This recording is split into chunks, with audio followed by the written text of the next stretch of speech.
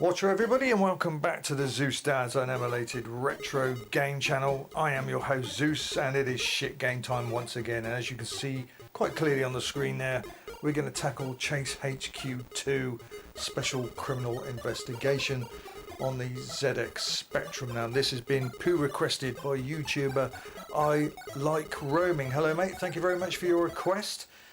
And coincidentally, I was playing Chase HQ1 the other day on the ZX Spectrum, which was a phenomenal piece of coding. Well, I digress. Or should I? No, we're going to tackle it. That's what a shit game time is all about. Let's have a look and see who actually published this. It was by Ocean Software in 1990 for a price tag of £10.99. Now, most Spectrum games went around $7.95, $8.95. Commodore 64 games were about £1 more. But now here we are on the ZX Spectrum. We've hit the £10 barrier. And in today's money, that is around £27. So this came out a year after the original Chase HQ game. And a different set of authors as well. So who are they? Who programmed this? Ian Morrison, Douglas Little, Alan Greer and Chris Scudds. None of these guys were involved in the original Chase HQ1, and it's pretty bloody obvious when we start playing this game. So none like the present. Let's have a look. Credits. Do we press fire or do we press enter? Hang on. Oh, we press enter. There we go. I have to reach over sometimes because I'm using the original 128K toast rack for this game. Yes, Ocean did some corkers, some fantastic arcade ports. Toki, Rodland, Pang, Chase HQ, and already I can the sound, the annoying tune is, to me, is going to become pretty unbearable very soon. And that colour strip across the buildings, look. You know what that reminds me of? That, oh, that's awful. Look, oh, look at that. You know what that reminds me of?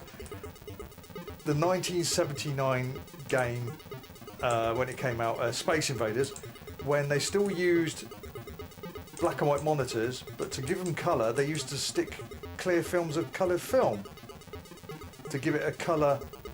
Let's put my turbo on.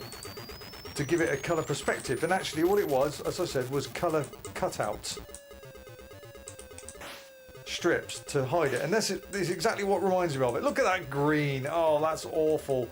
It covered the whole hillside there. That's the turbo again. I think you get a 5 for every stage. Gone is the speech. Gone is the better frames per second. Now, if I remember right, the Chase HQ, the original game, didn't have in-game music. But when you compare it to this, I'd rather have no in-game music. Oh, God, that colour clash is bloody awful. Oh! I forgot how bad this was. Now, I don't think this wasn't released on the Amstrad. It came out on the Commodore 64 on cart. But it wasn't released for the Amstrad. Oh, that is... that colour is awful. Absolutely awful. I'm not going to do it this time, am I? I'm going to run out of time. I'll run out of time. Yes, I do. How do I do it? Hit spacebar. I have to keep reaching over for the spacebar. I wasted 1 credit. Come on. This... oh... utterly awful. Got him. That colour is terrible. Really, really cheaply done. That's okay. It's monochrome, of course, but the detail's pretty good. And the text is very similar to the arcade as well. No speech though. There we go. Prequel in the original ZX Spectrum Chase HQ there was. So yes, before any of you start going, oh, what do you expect? You can't have a great big arcade game like that. fitting in the ZX Spectrum. I know that, of course not. But again, before you start throwing that at me, take a look at Chase HQ1 on the ZX Spectrum 128K. And then you'll see this could have been done better. So high power there, yeah, blah, blah, blah, blah, blah. Oh yeah, we get a rocket launcher, if I catch it. Ugh. So again, that awful two-tone colour, the same ghastly music.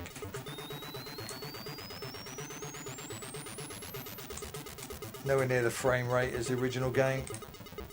You certainly can tell it's a different set of coders that worked on this as opposed to the prequel.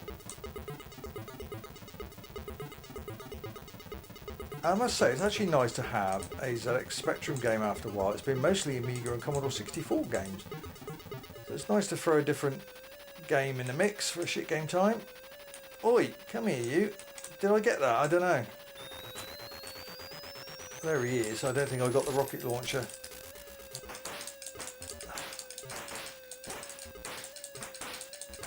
I wasn't really a Chase HQ fan of the arcade. I did actually quite like the sequel. And there is a third game as well called Super Chase, I think it is. That's the third game in the series, which never ported. It's only thanks to MAME you can play it. I can't get anywhere near him. Where is he? There he is. Come on. I needed that rocket launcher.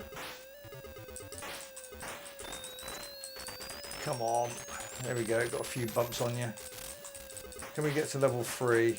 Well, yeah, I think we can because I've got another credit.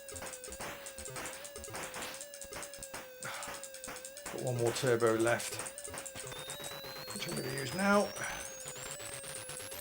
And I'm not going to do it. Yes, I do. Come on. Well, I'll do this now, but I haven't got any more turbo. So at least we can see level 3 if we want to. One more hit. That should do it. Yeah, we got him.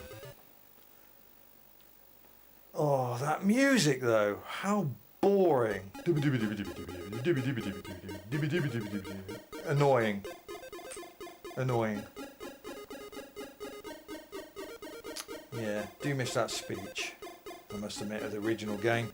But this is sporting £11 back in 1990.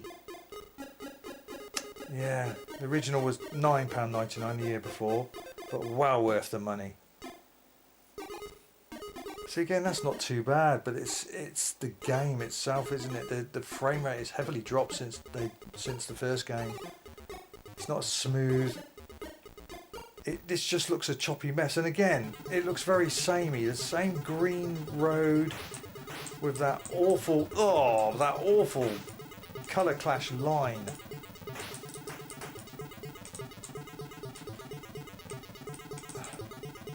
Yeah, they used to do that heavily, didn't they, in the Space Invaders game, just to give it that colour.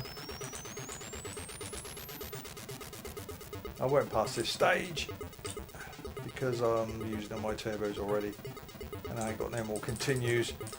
But we won't be playing it after this because we certainly get the gist of what this game is like, and it's not a shell of the original release. I wonder why the original coders didn't come back and do the second game. Maybe it was such an effort, they put their heart and souls literally into that game. Oh, missed the thingy again. And maybe I thought, I can't be bothered to do it again. I don't know. I haven't hit him yet.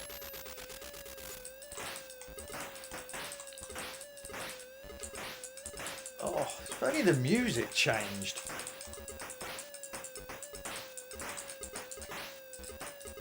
I certainly ain't gonna beat this guy because I couldn't get hold of those rocket launchers. They seem to drop when they're on corners and I can't get to them. I've got a few hits on him there though. Oh, where are you going? Go. Go on, move. Oh, I don't think I'm going to get him, am I? I'm asking too much.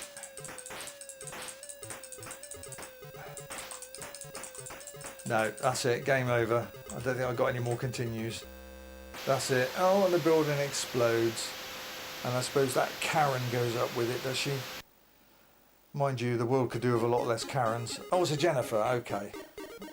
Yeah, she's obviously gone. Oh dear. Well, I'm not going to play it again. We know exactly what it's like. And before you pass judgment on me, after I make judgment on the game, do check out the Chase HQ1 on the ZX Spectrum. Then you'll see where I'm coming from. Incredible coding on that. This, no, just wasn't. It's not there, is it? It's choppy. The music's horrible. It just looks a mess, to be honest with you. Everything else is fine, but the game itself just looks like a mess. And it's a high asking price as well for a ZX Spectrum game, 11 quid. So yeah, I mean, I actually didn't like Chase HQ on the Amiga either. I didn't think that controlled very well. In fact, I think I also put that on the shit game time section. But Chase HQ2, yeah, I'm surprised this hasn't come forward earlier enough. So thank you again, I Like Roaming, for that request. And as I said, it makes a bit of a breath of fresh air putting a ZX Spectrum game out there as opposed to Commodore 64 and Amiga games. Nice to throw one out there just to show I'm not picking on the same one or two systems. Bear in mind, it's not me that does the requests, it's YouTubers and other viewers.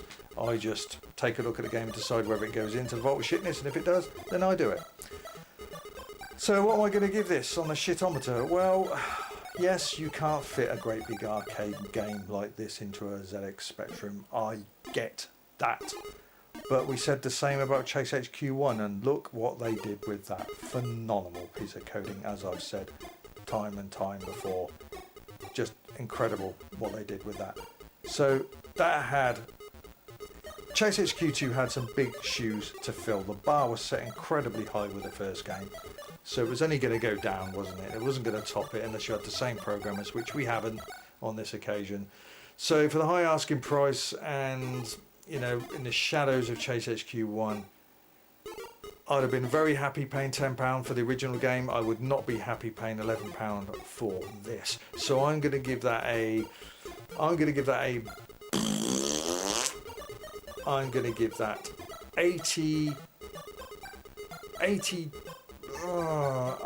81 shits.